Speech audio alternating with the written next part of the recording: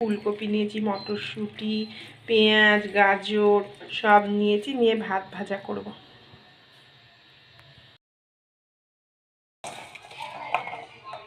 এই দেখো তেলে ছেড়ে দিলাম।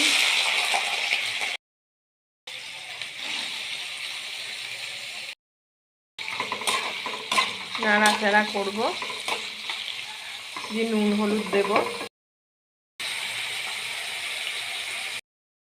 দিলাম, দিলাম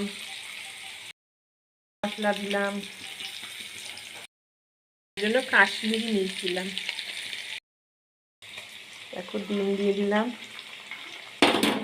দিয়ে ভালো করে নাড়াবো।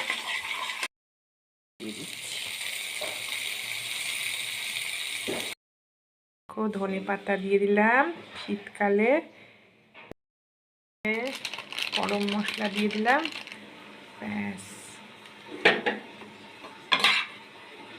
হেভি লাগে।